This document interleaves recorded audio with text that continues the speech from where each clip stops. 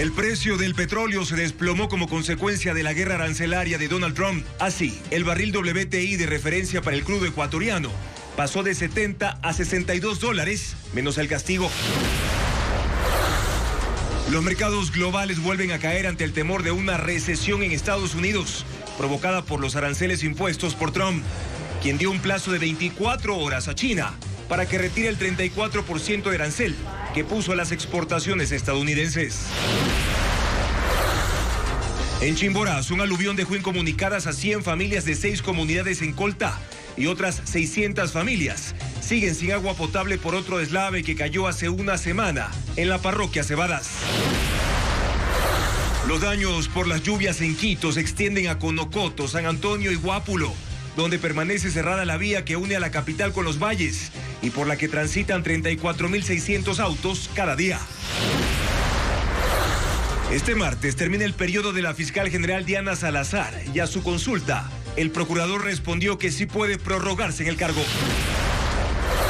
Las Fuerzas Armadas adelantan el operativo de seguridad para las elecciones con la movilización hoy de 40.000 soldados a los recintos electorales.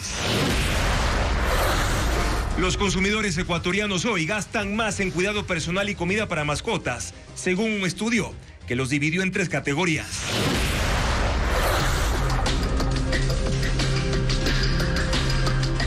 Para cuidar la dolarización, Ecuador debe mantener la disciplina fiscal, es decir, no gastar más de lo que tiene y transparentar las cuentas públicas. Televistazo analiza el tema en la segunda entrega de la serie. 3 guías penitenciarios fueron acribillados dentro de un auto cuando se dirigían hacia la cárcel El Rodeo en Portoviejo para su turno de trabajo. Barcelona e Independiente del Valle definieron hoy sus equipos para sus partidos en Copa Libertadores. La semana comenzó con el colapso de los mercados de valores a escala global ante los temores de una recesión tras la guerra arancelaria desatada por Estados Unidos. Amigos, buenas noches. Bienvenidos a Televistazo Estelar este lunes 7 de abril. Asia, Medio Oriente, Europa y América registraron pérdidas importantes, no solo en el valor de las acciones de grandes corporaciones, también las criptomonedas resultaron afectadas. Sin embargo, el presidente de Estados Unidos asegura que no está considerando dar marcha atrás con esa medida. Un informe del panorama económico mundial con Pedro Jiménez. La apertura de la jornada bursátil hacía prever un día más de volatilidad en los mercados de valores. Este 7 de abril es considerado otro lunes negro, con pérdidas del orden del 7% en Tokio y en Shanghái. Hong Kong, en cambio, tuvo pérdidas del 13%, niveles que no se veían desde 2008, cuando se produjo el colapso por la crisis inmobiliaria. En Europa, la bolsa de Frankfurt en Alemania cerró con pérdidas de 6,5% y la de Londres 4,7%. Luego fue el turno de la Bolsa de Valores de Nueva York. Los agentes de Wall Street, que abrieron con pérdidas de 3,77%, lograron moderar la caída hacia el final de la jornada. Y el índice Nasdaq para empresas de tecnología cerró con cifras positivas, aunque la inestabilidad de hoy terminó afectando a las criptomonedas. Bitcoin, por ejemplo, perdió hasta 8% esta mañana. La situación en Medio Oriente estuvo marcada no solo por la política arancelaria de Donald Trump, sino además por la caída en los precios del petróleo, que provocaron pérdidas en los mercados de Arabia Saudita y Kuwait, entre otros. El presidente de Estados Unidos, Donald Trump, confirmó esta tarde que no está pensando en dar marcha atrás con el tema de los aranceles, con los que busca nivelar las balanzas comerciales con los demás países del mundo y reflotar la industria y la actividad manufacturera estadounidense. En una publicación en redes sociales, reprendió a los inversionistas luego de asegurar que los aranceles son necesarios. Trump escribió: Estados Unidos tiene la oportunidad de hacer algo que debió hacerse hace décadas. No sean débiles, no sean estúpidos. Sean fuertes, valientes y pacientes, y el resultado será grandeza. El secretario de Comercio de Estados Unidos, Howard Lutnick, señaló que las medidas arancelarias van a reajustar el comercio mundial, que todos los países tienen superávit en su relación con Estados Unidos, pero que ellos solo tienen déficit y que eso va a terminar. Y esta guerra comercial deteriora más la relación entre Estados Unidos y China. Donald Trump da plazo hasta mañana para que el régimen de Xi Jinping retire ese 34% de arancel que puso a las exportaciones estadounidenses como represalia. De no hacerlo, Trump amenaza gravar con un 50% adicional a los productos chinos. Esas exportaciones ya tienen un 54% de aranceles acumulados, por lo que con un nuevo castigo por parte de Estados Unidos, la tasa total llegará a 104% y se aplicaría desde este miércoles.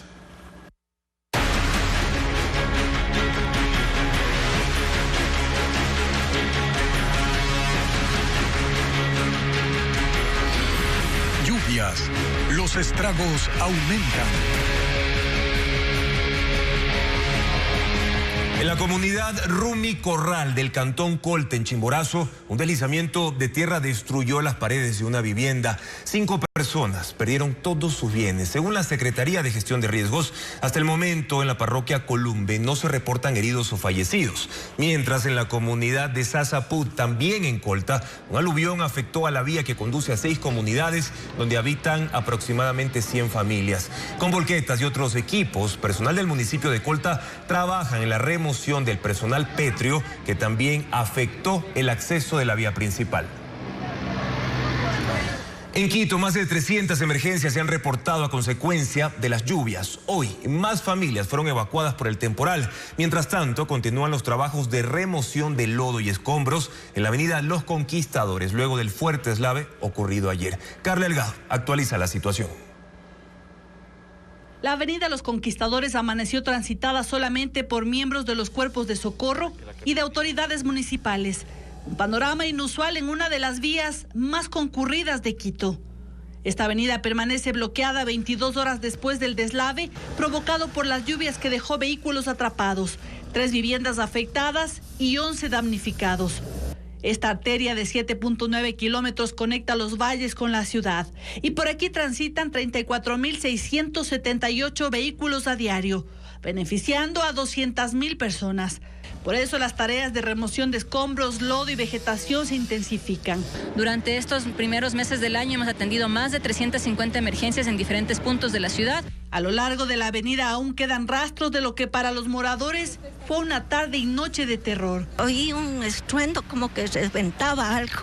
Ahí salimos rápido a las ventanas. Uy, vimos esto, era unos 60 centímetros de lodo. Según los habitantes, este hecho pudo ser evitado. Esta zona fue declarada en emergencia desde marzo, según la Secretaría de Seguridad del municipio, por su vulnerabilidad. Las casas que bordean la vía fueron construidas junto a las laderas. Son varios meses que yo estuve andando en el municipio, el cual yo pedí de favor que vengan a hacer la limpieza. Vinieron, lo hicieron encima, pero nunca lo tomaron en serio. ¿Qué tenían que limpiar? En la parte de arriba, los sumideros. Este es un cajón de sumideros. Los damnificados aguardan en viviendas de familiares y desde la noche del domingo reciben atención del gobierno y del municipio. La Secretaría de Seguridad no ha indicado si la vía se habilitará en las próximas horas. En el sector de Pomasqui, en Santa Clara del Común, 3 casas más están en riesgo de caer tras el deslizamiento de este talud la semana pasada, que se llevó parte de esta vivienda. Sus ocupantes aún no saben a dónde ir. Y por un colector que no lo supieron corregir en su momento y dar mantenimiento, estamos pasando todos estos momentos críticos. Aquí viven una decena de familias. La vía que pasa junto al talud también está en peligro. Es una variante de la prolongación de la avenida Simón Bolívar. En la antigua vía de Conocoto que une a Quito con el Valle de los Chillos, una familia tuvo que evacuar tras un deslizamiento que provocó cuarteamientos en la vivienda. Los bomberos rescataron los enseres y llevaron a sus ocupantes a un albergue. 9 casas más están en la ladera junto a la quebrada Cornejo. El movimiento de tierra afectó también a otra vivienda. Una parte del patio se vino abajo. A las 6 de la mañana se fue una parte de esta parte de acá atrás porque ya habían unas latas y se fue. A las 6, a las 8 de la mañana se fue toda la parte del patio. Se nos fue a la quebrada. Los moradores temen que los deslizamientos continúen y lleguen a la avenida Ponce Enríquez, que está a unos 20 metros. Por esta avenida se trasladan unas 100.000 personas cada día, desde los valles hasta el centro y sur de la ciudad. En Chimborazo, 4 localidades del cantón Guamote están sin agua potable tras la rotura de una tubería a causa de un deslave. Las comunidades indígenas se organizan ahora en mingas para tratar de limpiar la zona. También se utiliza maquinaria pesada para remover escombros y limpiar los canales. 600 familias de la parroquia Cebadas y otras 3 comunidades indígenas en Chimborazo continúan sin agua potable tras el deslave que destruyó el sistema de riego en la zona el pasado 31 de marzo. En la comunidad San Vicente de Tablillas, el daño de las tuberías también causó estragos en los sembríos y los ganaderos tampoco tienen agua para los animales. También necesitamos las mangueras para restablecer. Está medio triste la situación, entonces por eso es preocupante porque sin líquido vital no podemos vivir nosotros. Por eso las Fuerzas Armadas y los bomberos de Riobamba abastecen con tanqueros a los hogares perjudicados. Se prevé que esta semana se instalen tuberías y se restablezca el servicio de agua potable en la zona. De forma paralela, se habilita una vía alterna para las más de 200 familias de 2 comunidades que aún permanecen incomunicadas tras el desprendimiento de tierra que devastó una carretera. La vialidad, la desconexión que se encuentra la comunidad Tablillas y la comunidad Rosas Pamba. Asimismo, el fin de semana cerca de 800 personas participaron en una minga general. Con sus picos y azadones quitaban la tierra acumulada en el sector, mientras 2 volquetas y una retroexcavadora de la prefectura de Chimborazo retiraban los escombros y limpiaban el canal principal. Y 25 recintos en 11 provincias son evaluados para definir si se mantienen como lugares de votación o deben cambiarse porque están inundados o funcionan como albergues, según lo informó la presidenta del Consejo Electoral, Diana Tamaint. El correísmo cuestiona la decisión y advierte con salida a las calles en caso de irregularidades. Patricio Díaz informa.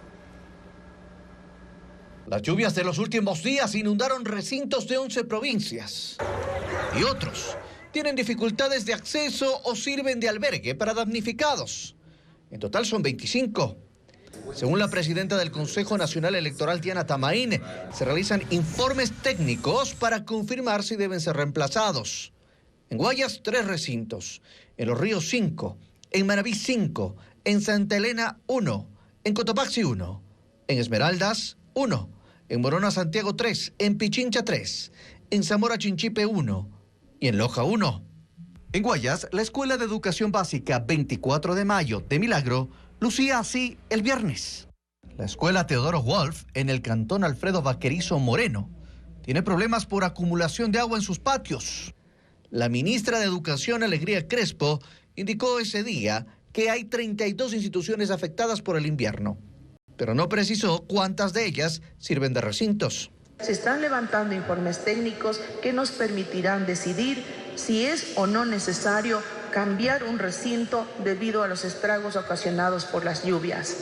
Esta actividad se lo realiza incluso hasta el día anterior al día de las elecciones. Esto provocó la acusación del correísmo de que estos cambios son parte de un fraude. Sin embargo, no se refirieron al estado real de los recintos afectados por las secuelas del invierno. La Procuraduría General del Estado habilitó a la fiscal general Diana Salazar para que se prorrogue en funciones, según la respuesta a su consulta realizada en febrero pasado. Mañana Salazar va a comunicar su decisión de continuar o no al frente de esa institución, lo informa Jacqueline Rodas. Este martes 8 de abril, la fiscal general Diana Salazar anunciará su decisión de prorrogarse o no en su cargo. Mañana, Salazar cumple el periodo de 6 años para el que fue elegida, pero no tiene reemplazo. El concurso para designar a su sucesor se estancó en el Consejo de Participación, que enfrenta su propia crisis tras la destitución de 3 consejeros y el proceso penal del caso Ligados. Anticipando este escenario, el pasado 24 de febrero la fiscal consultó al procurador qué debe hacer si llega el fin de su periodo y no posesionan al siguiente fiscal. La Procuraduría respondió: la fiscal general del Estado puede desempeñar funciones prorrogadas hasta ser legalmente reemplazada, a fin de garantizar la representación institucional. El fiscal subrogante Wilson Toainga también debe seguir en funciones prorrogadas, según la respuesta. Hay otros antecedentes de consultas resueltas por la Procuraduría en 2017, 2024 y enero de 2025. 25 ha contestado que las funciones del Estado no pueden quedarse sin representante y en el caso del Consejo Nacional Electoral y el Consejo de la Judicatura resolvió que es legal la prórroga. Esa posibilidad también está clara en el Código Orgánico de la Función Judicial. Esa norma establece que el cargo de fiscal general se debe ejercer por una sola vez, sin posibilidad de reelección. Cumplido el periodo, la máxima autoridad podrá mantenerse en funciones prorrogadas hasta la designación de su reemplazo. Si Diana Salazar decide seguir al frente de la Fiscalía, su periodo se extenderá durante meses, pues el concurso apenas ha avanzado hasta el nombramiento de la veeduría que debe vigilar el proceso. Variedad, seguridad y promociones son los aspectos que los ecuatorianos priorizan al momento de comprar. La nueva conformación de las familias adquiere más productos de cuidado personal y también alimentos para mascotas. Adriana Bermeo precisa otras conclusiones que reveló el informe Descubriendo al nuevo shopper ecuatoriano. Los ecuatorianos están consumiendo más productos naturales, gastan más en su cuidado personal y priorizan la alimentación de sus mascotas. Estas son algunas de las tendencias que revela el informe Descubriendo al nuevo shopper ecuatoriano, realizado por el INEC y Kantar y presentado en la Universidad de las Américas en Quito. El estudio marca diferencias por estratos socioeconómicos. El alto incrementó su gasto en 54% en la compra de alimento para mascotas, en 43% en cremas faciales y solares y en 19% en productos lácteos premium, quesos maduros y sustitutos de la leche. El medio gasta 22% más en alimentos, 25% más en cárnicos y 15% más en leche y quesos regulares. El bajo concentra el 75% de su gasto en alimentación y no ha presentado variación. Tienes los hogares de estrato medio, que son más consumidores de cosméticos, terminan siendo más vanidosos. De igual forma, el estrato bajo, en cambio, termina gastando más en fórmulas y más en alimentos, porque es donde hay una mayor explosión demográfica. En el informe también se detalla que 9 de cada 10 ecuatorianos compran productos con las marcas de los supermercados y 8 de cada 10 prefieren ofertas con descuentos en vez del 2x1. Los consumidores están comprando en supermercados, hipermercados y tiendas de descuentos. Las tiendas de barrio han perdido terreno, no solo por precios, sino porque los clientes se sienten más seguros. Como las tiendas de belleza, las tiendas especializadas de mascotas, las carnicerías o frigoríficos. Entonces, ese nivel de especialización o especialidad de los puntos de venta le ayudan al consumidor a encontrar nuevas alternativas. Sí desde el precio, pero no solo desde ahí, sino también desde nuevos portafolios, nuevas opciones de marcas o contenidos. Y hay prioridad para las tiendas especializadas. La forma de comprar de los ecuatorianos ha cambiado por la nueva composición de los hogares. Según el INEC, las familias son más pequeñas, hay menos hijos y más mascotas. También están prefiriendo la inversión en experiencias y salud frente a la adquisición de bienes.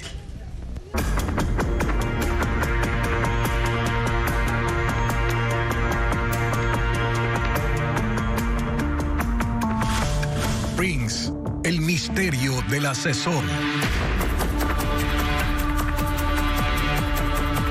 El gobierno maneja con hermetismo la presencia de Eric Prince en Ecuador. Las Fuerzas Armadas y la policía no han sido notificadas oficialmente para capacitación o entrenamiento con el fundador del ejército privado estadounidense Blackwater. Paul Romero sigue el tema. El Ministerio de Defensa catalogó la presencia de Eric Prince como una nueva e histórica etapa en la lucha contra el narcotráfico, terrorismo, crimen organizado. Y él ha estado presente sábado y domingo en operaciones militares y policiales en sectores conflictivos de Guayas.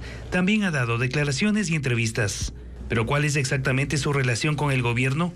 Este ex militar estadounidense y fundador del Ejército de Seguridad Privada, Blackwater, fue contratado para asesorar y capacitar a unidades táctico-operacionales del bloque de seguridad. Es lo único que ha dicho el ministro de Defensa, Giancarlo Lofredo, sobre su presencia en Ecuador. Televistazo consultó a fuentes del bloque de seguridad sobre la asesoría y capacitación que dará Prince a las unidades tácticas. Hasta el momento, dijeron, los ministerios de Defensa y del Interior no han convocado a cursos o talleres con el experto. Para la mayoría de oficiales fue una sorpresa ver a Prince en equipos de protección junto a las patrullas en los operativos del fin de semana. El Consejo de Generales y Almirantes de las Fuerzas Armadas, integrado por 41 oficiales, no fue informado de esta contratación. Tampoco el Consejo de Oficiales de la Policía, que tiene 10 generales. En los cuarteles existe hermetismo y expectativa sobre la participación de Prince. El gobierno promocionó su visita con una amplia difusión de imágenes, fotografías, declaraciones y boletines. No se conoce el alcance del acuerdo, las condiciones, el tiempo que permanecerá en el país, el monto que cobrará. El 11 de marzo el presidente Daniel Noboa anunció ese acuerdo como una alianza estratégica para enfrentar al narcoterrorismo y fortalecer las operaciones contra la pesca ilegal. Y esta alianza entre el gobierno y Erik Prince despierta opiniones políticas en el país. En 2 días de exposición, el exmilitar estadounidense desató una serie de comentarios sobre temas internos de Ecuador, como lo explica Merlin Ochoa. Oficialmente, la presencia de Erik Prince en Ecuador responde a un acuerdo para combatir a grupos narcocriminales. Pero en los 2 primeros días de aparición pública, el exmilitar estadounidense ha realizado varios pronunciamientos que van más allá de mejorar las capacidades operativas de la fuerza pública. Por ejemplo, el sábado habló sobre la segunda vuelta electoral del 13 de abril. Indicó que Ecuador tiene una clara elección entre combatir el crimen organizado o tomar el camino de Venezuela. El próximo domingo el pueblo de Ecuador puede elegir la ley y el orden y elegir a Noboa, o puede elegir que Ecuador se parezca a Venezuela, un estado narco con procesamiento masivo de drogas, con toda la criminalidad y el socialismo y la desesperación que viene con eso. Espero que Ecuador elija la ley y el orden. El domingo, en el programa Ver a su manera, Prince nuevamente entró a la arena política de Ecuador y calificó a la candidata Luisa González como la sucesora del expresidente Rafael Correa y más. Luisa González es una subrogante de Rafael Correa, literalmente la madre de uno de sus hijos. Sus líderes de campaña están operando desde Caracas, así que yo solo advierto a los votantes de Ecuador, sean muy cuidadosos, tienen una muy clara elección el próximo domingo. En la entrevista, donde apareció junto a los ministros del Interior y de Defensa, Prince también sugirió reformas legales, pues a su parecer las leyes y estructuras actuales no son las adecuadas para combatir a los narcoterroristas. Y creo que trabajar con una empresa internacional no es la solución. También hay que hacer reformas legales para que cuando los criminales sean encontrados con evidencias, sean encerrados y procesados para siempre. La puerta giratoria que es ahora la justicia y que frustra a los trabajadores de la justicia debe ser solucionada. El exmilitar estadounidense mencionó esto a 6 días de la segunda vuelta presidencial.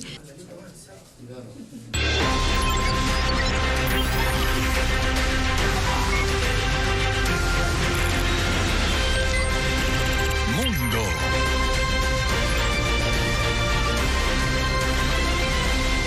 El primer ministro de Israel, Benjamín Netanyahu, visita a Donald Trump en la Casa Blanca con una agenda centrada en el futuro de la guerra en Gaza y también aspectos comerciales. Es el segundo encuentro entre Trump y Netanyahu en apenas 2 meses. Antes fue el 4 de febrero y este 7 de abril estuvo marcado por el segundo encuentro de Donald Trump con Benjamín Netanyahu en la Casa Blanca. Netanyahu ha iniciado una gestión directa para conseguir un alivio comercial por el tema de los aranceles y ha prometido eliminar barreras comerciales a Estados Unidos, diciendo que otros países deberían hacer lo mismo. Sobre la guerra en Gaza está pendiente conseguir un acuerdo para el alto al fuego, aunque parece que no será de inmediato.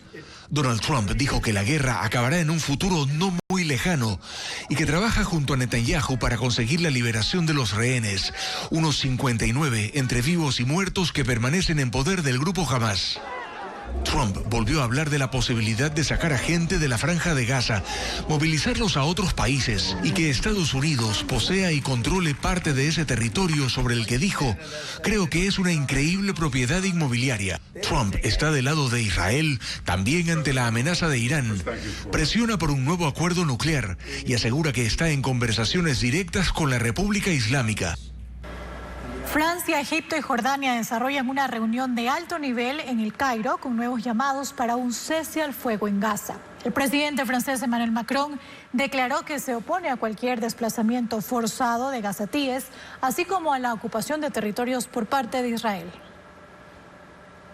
Francia, Egipto y Jordania pidieron a la comunidad internacional que ejerza más presión sobre Israel y el grupo Hamás para restablecer el alto al fuego en Gaza y se negocien las etapas pendientes para poner fin a la guerra. El presidente Emmanuel Macron El presidente de Egipto, Abdel Fattah al-Sisi, y el rey Abdalá II de Jordania tuvieron una cumbre tripartita en el Cairo. Ahí condenaron la campaña militar de Israel, intensificada desde que se rompió la tregua el 18 de marzo. Dijeron que esas acciones socavan todos los esfuerzos diplomáticos y humanitarios por poner fin a la crisis y amenazan con sumir a toda la región en el caos. Macron dijo que además se oponen a los desplazamientos de la población palestina y a cualquier intento por anexar más tierras a Israel, después de que la semana pasada las fuerzas de defensa anunciaron la apertura y el control de otro corredor que divide la franja de Gaza. Respecto del grupo Hamas, señalaron que no deberá tener ninguna participación en un futuro gobierno en Gaza y que debe dejar de ser una amenaza para el pueblo palestino. Los ataques israelíes en Gaza continuaron desde el fin de semana con bombardeos en la zona de Han Yunis que dejan decenas de víctimas. 44 fallecidos ayer, otros 10 este lunes cuando los proyectiles alcanzaron una tienda de campaña en la que estaban periodistas de origen árabe. Así también milicianos de Hamas dispararon decenas de cohetes contra Israel y una vez más el gobierno de Benjamín Netanyahu ha ordenado responder. Y una multitudinaria marcha en respaldo al expresidente Jair Bolsonaro se dio en Sao Paulo. Bolsonaro, que está enjuiciado penalmente por intentar dar un golpe de Estado, dijo que es un perseguido al igual que lo fueron Donald Trump en Estados Unidos y la líder de ultraderecha Marine Le Pen en Francia. Exige al Congreso que apruebe una amnistía para los condenados por la revuelta del 8 de enero de 2023, cuando sus simpatizantes invadieron la sede del Legislativo y otras oficinas de gobierno en la Plaza de los Tres Poderes en Brasilia. Según la Fiscalía, Bolsonaro buscó el respaldo de las Fuerzas Armadas para derrocar a Lula, pero no tuvo suficiente apoyo. El Comité de las Naciones Unidas contra las Desapariciones Forzadas iniciará un procedimiento para investigar las denuncias sobre posibles crímenes ocurridos en Rancho Izaguirre, en Jalisco. El organismo pide al gobierno mexicano información detallada sobre los casos y el manejo de las pruebas ante las versiones de los organismos de derechos humanos respecto a que las autoridades habían borrado evidencias. Y la líder ultraderechista de Francia, Marine Le Pen, calificó su condena por malversación de fondos públicos como una decisión política y prometió no rendirse tras la sentencia que le impide participar en las elecciones presidenciales de 2027. Le Pen definió el fallo como una caza de brujas y prometió apelar la decisión. Ella ha sido señalada como responsable del desvío de más de 4 millones de euros del Parlamento Europeo en beneficio de empleados de su partido, Agrupación Nacional. 3 guías penitenciarios fueron asesinados esta mañana en Manabí cuando se dirigían a trabajar precisamente a la cárcel de El Rodeo en Portoviejo. Los sicarios aún no han sido detenidos. Son 5 ya los agentes penitenciarios asesinados en esa provincia en menos de 2 semanas. Los cuerpos de las víctimas quedaron en el interior del automóvil. Según información policial, el ataque ocurrió la mañana de este lunes cuando los 3 agentes penitenciarios se dirigían hacia la cárcel El Rodeo en Portoviejo para su turno de trabajo. Fueron interceptados antes de pasar un reductor de velocidad en la vía Portoviejo-Calderón. Las víctimas son Gabriel Calle y Richard Benenaula, oriundos de Santo Domingo, y Johan Caiza, de Quito. Según los agentes, ellos arrendaban un apartamento a 8 kilómetros de su lugar de trabajo. Se conoce de que ellos venían de sus días de descanso obligatorio, entonces ingresaban a las 7 de la mañana. En la escena del crimen encontraron al menos 14 restos de balas calibre 9 milímetros. Aún no se confirma si las víctimas habían recibido amenazas. Manabí suma 5 guías penitenciarios acribillados en los últimos 15 días. 2 guías de la cárcel de Jipijapa fueron asesinados el 30 de marzo y 1 de abril.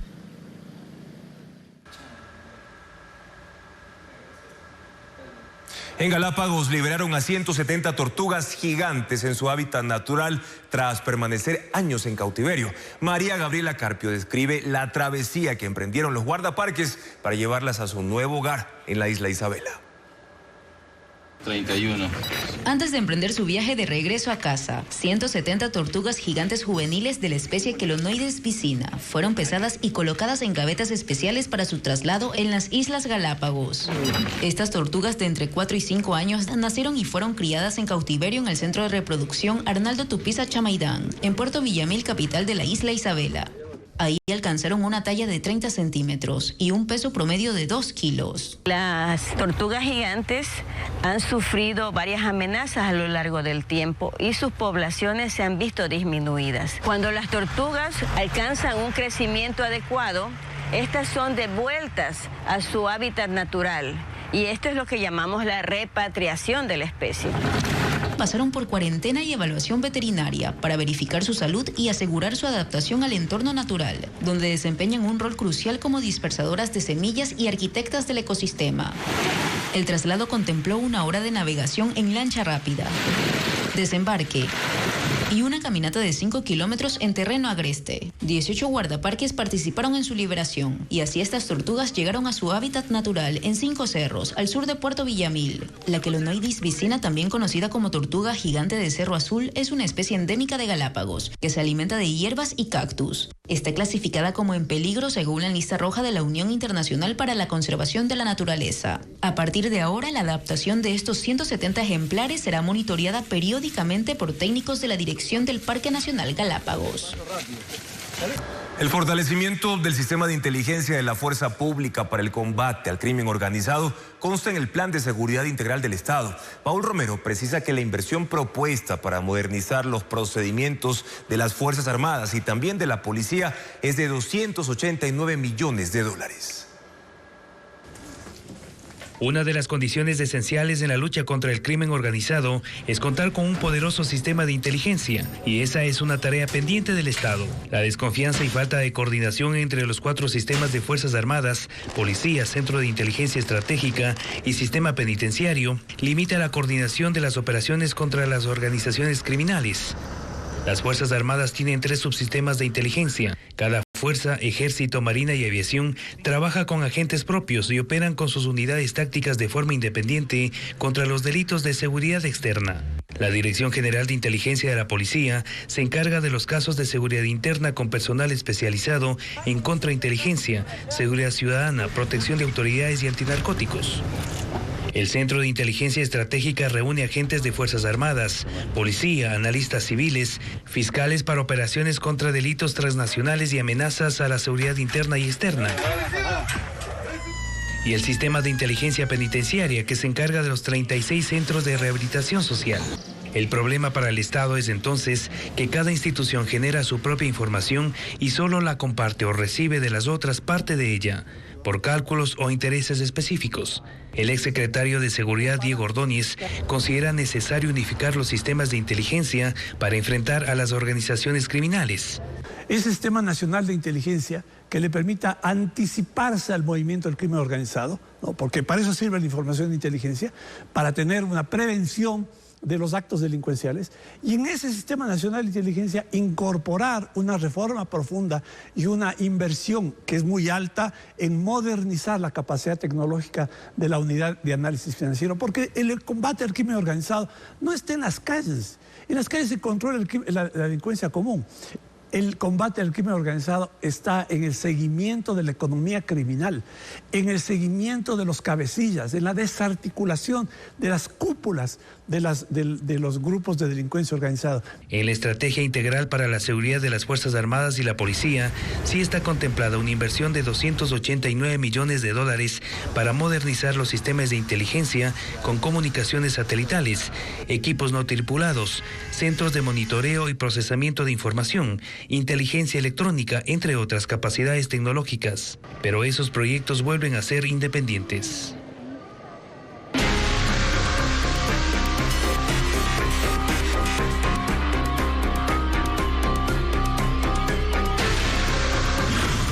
Dolarización. ¿Cómo cuidarla? Ecuador, como se sabe, no imprime dólares. Su economía se sostiene en el ingreso de divisas por exportaciones, remesas de los ecuatorianos y también el turismo, pero todo depende de la disciplina fiscal, es decir, no gastar más de lo que se tiene y tampoco endeudarse en más de lo que se puede pagar, como le explica Lenin Artieda en esta segunda entrega de la serie sobre la dolarización.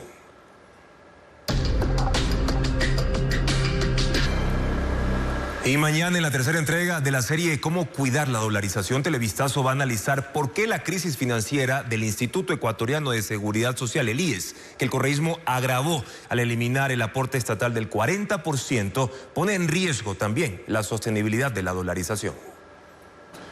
El precio del petróleo se desploma en el mundo y Ecuador verá afectados sus ingresos. Los aranceles impuestos por el presidente de Estados Unidos, Donald Trump, y el aumento de producción de la OPEP son parte de las razones para que el precio por barril llegue a $62. Patricio Díaz detalla las cifras. Los aranceles impuestos por Estados Unidos empiezan a afectar la economía mundial y eso se refleja en la caída del precio del petróleo. En enero, el barril del WTI superaba los $70, pero este 7 de abril está en 62. Entre las razones está la imposición de nuevos aranceles por parte de Estados Unidos, que generó temor en los mercados y se espera una menor demanda de crudo. Otra razón fue que los países de la OPEP decidieron aumentar su producción, y esto provoca un aumento en la oferta, que ante la baja demanda genera un desplome de los precios. Hay un acuerdo entre Estados Unidos y Saudi Arabia para que los precios del petróleo bajen en el mercado mundial. En Ecuador el panorama también se complica.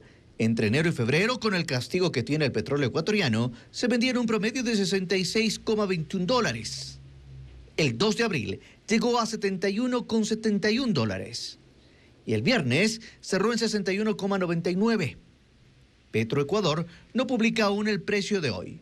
Pero si el valor internacional está en 62 y el diferencial entre 7 y 8, el crudo puede estar por debajo de $55 el barril. Hay dos puntos a tomar en cuenta. El precio de los derivados de petróleo que el país importa bajará. Y los precios de los combustibles ecuatorianos, que van de la mano del precio internacional, se reducirán. Pero esto tiene otra afectación, que ya se advertía días atrás. Ecuador produce 470,000 barriles diarios. Si la caída es de $11 por barril, significaría $5.1 millones de pérdida cada día. En este caso, el país dejaría de recibir casi $1.400 millones en lo que resta del año.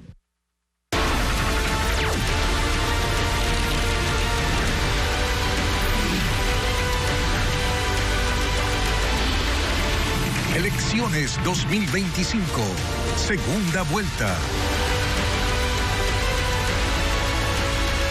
Hoy los candidatos presidenciales buscaron votos en Guayaquil y también en Santo Domingo de los Áchilas. Entre las actividades constan los diálogos con jóvenes, empresarios y otros gremios productivos. Diego Cuenca, en el siguiente reportaje, describe los actos proselitistas a 4 días de que culmine la campaña electoral de segunda vuelta. La candidata Luisa González del Movimiento Revolución Ciudadana llegó a Guayaquil para participar en 2 actividades proselitistas. La primera se realizó esta mañana en un hotel del centro de la ciudad, donde se reunió con 300 mujeres, entre artesanas, emprendedoras e integrantes de diversos gremios. Dio un discurso de 40 minutos sobre la violencia contra las mujeres y les ofreció unidades especializadas para atender esos casos, líneas de créditos de hasta $45,000 con 1 año de gracia. Prometió habilitar y abrir nuevos centros de desarrollo infantil, impulsar el empleo para enfermeras y crear la universidad virtual para mujeres. La segunda actividad fue en el suburbio, donde participó en la que denominó Caminata por la Vida. González recorrió 5 kilómetros en compañía de simpatizantes que portaban banderas del movimiento político. Mientras el presidente y candidato Daniel Noboa visitó Santo Domingo para reunirse con organizaciones de transporte terrestre de todas las modalidades, quienes el año pasado participaron en las mesas de diálogo para definir el nuevo esquema de subsidios a los combustibles. Esa vez, en un discurso de 4 minutos, les ofreció luchar contra los delitos de los que son víctimas en las carreteras y dijo que lo hará con una nueva asamblea constituyente que se realizará en Riobamba. Al mediodía, Noboa acudió a un conversatorio con estudiantes de la Universidad Autónoma de los Andes y a una reunión con miembros de la Cámara de Industrias de esa localidad. Luego viajó hasta Guayaquil, donde también tuvo un encuentro con alumnos de la Universidad Casa Grande. Y a las 5 de la tarde culminó sus actividades, En una reunión con empresarios de la Cámara de Industrias y Comercio, a quienes les ofreció deducibilidad tributaria, a cambio de que prioricen la contratación de jóvenes menores de 30 años. Y otro beneficio, si se trata de egresados de universidades públicas.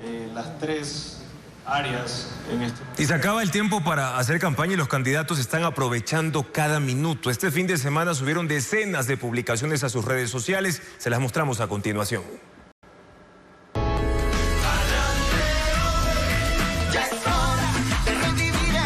Esta es la última semana y los candidatos lo saben. Subieron a sus cuentas sus recorridos, sus saludos, sus discursos. ¡Empleo digno! Y en el caso de Luisa González, también sus desayunos. Bolón de maní. La idea es empatizar con la gente, mostrarse cercano. Yo sé muy bien. También Daniel Noboa subió un video en el que toca la guitarra, mientras ruedan escenas de las distintas formas en las que la gente interactúa con su imagen de cartón. Vamos juntos para adelante. Pero como el tiempo de la campaña se acaba, los candidatos también aprovecharon las redes para hablar de propuestas y atacar al rival. Entonces, ¿qué va a entender lo que le cuesta a un agricultor? No, a que vengan mercenarios, asesinos, a invadir nuestro espacio. El fin de semana el gobierno montó un operativo de seguridad en el que participó el exmilitar norteamericano Eric Prince. El operativo fue gubernamental, aunque consta en las redes del candidato Noboa. Y vamos a seguir trabajando el día de hoy. Por su parte, Luisa González repartió abrazos y contabilizó selfies.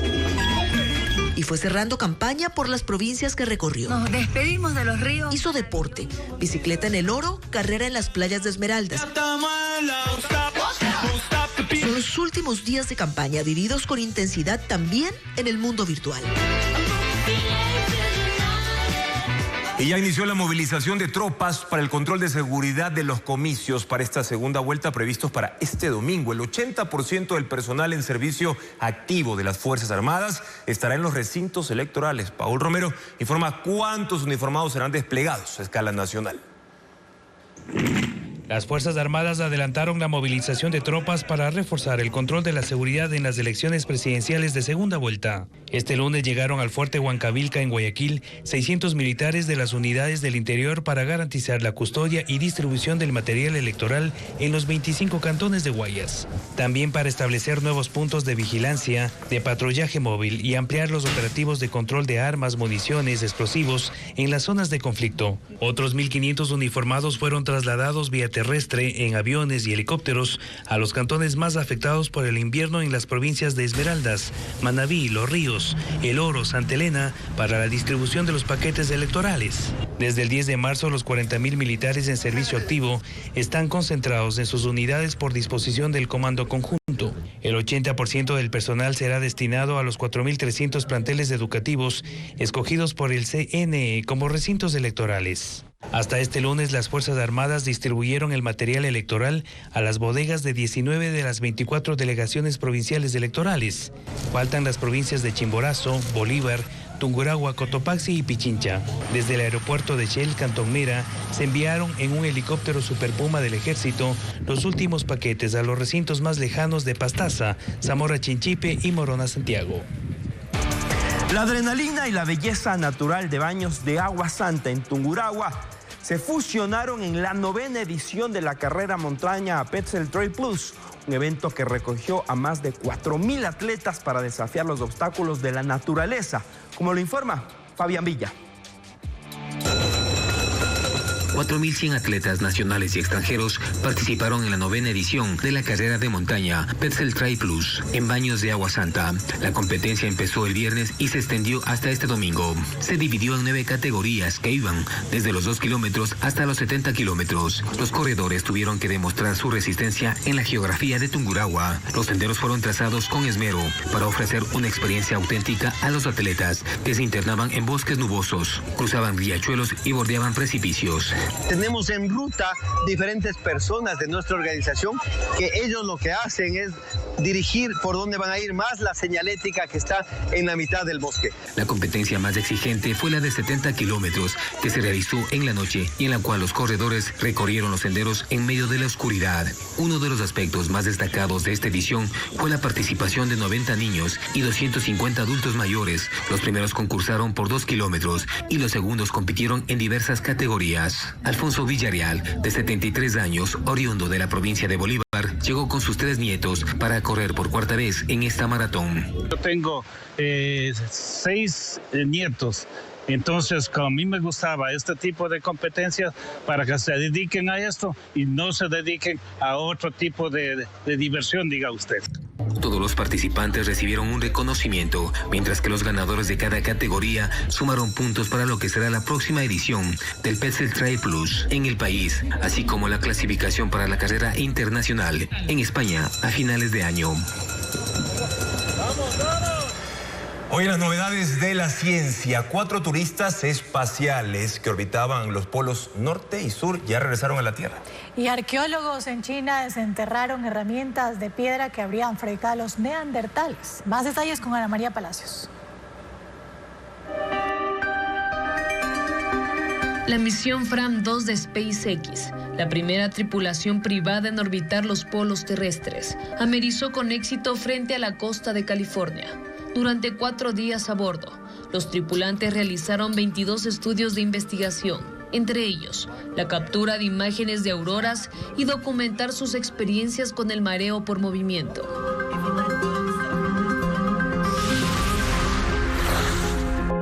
Arqueólogos en China desenterraron herramientas de piedra que los neandertales habrían fabricado hace unos 60.000 a 50.000 años para sobrevivir en un entorno frío e inhóspito. Según el estudio, el descubrimiento plantea la posibilidad de que los neandertales podrían haber migrado hacia el este y llegar a lo que hoy es China.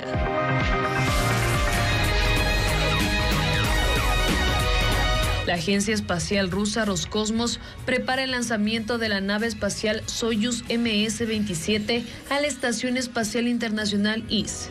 El lanzamiento está previsto para este 8 de abril. La tripulación está integrada por los cosmonautas rusos Sergei Ryzhikov y Alexei Subritsky y el astronauta de la NASA Johnny Kim. Durante 8 meses de misión, los cosmonautas realizarán 50 experimentos científicos y 2 caminatas espaciales.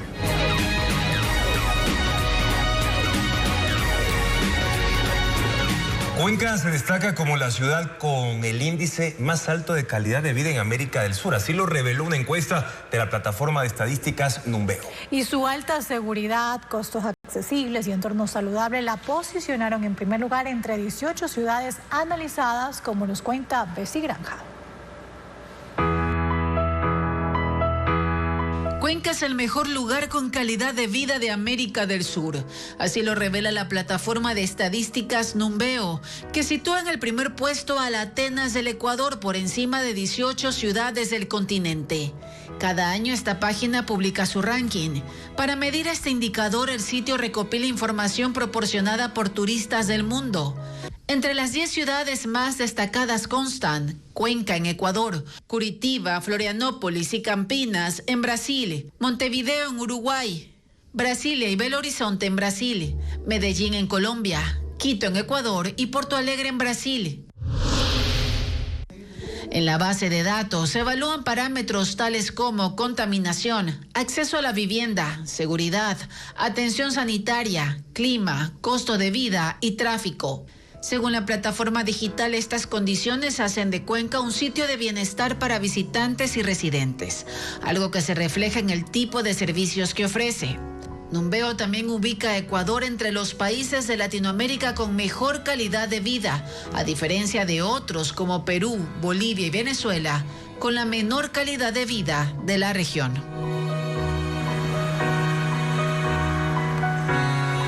Niños ecuatorianos de entre 5 y 13 años resuelven operaciones matemáticas complejas en segundos y sin usar calculadora. Y de hecho este método potencia su concentración y razonamiento. No solo eso, también es una alternativa frente al uso excesivo de los aparatos tecnológicos. Joel Vanegas en el siguiente reportaje explica cómo aprenden estos expertos en el mundo de los números.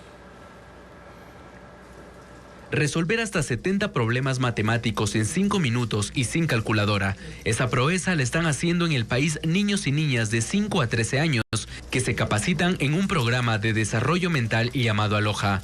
El ábaco japonés es su principal instrumento. El aprendizaje comienza con el manejo del ábaco físico. Los niños se familiarizan con la estructura y el funcionamiento. Con la práctica resuelven operaciones más complejas en segundos, como fracciones, porcentajes, raíces cuadradas y potencias. Y una vez que ellos ya lo dominan, hacen una imagen mental del ábaco en su cabeza y empiezan a mover las fichas de la imagen mental. Entonces parece que es muy fácil, pero realmente para ellos es un juego, pero con esto van aumentando su capacidad de concentración, lógica, razonamiento y claro, son los maestros haciendo cálculo mental.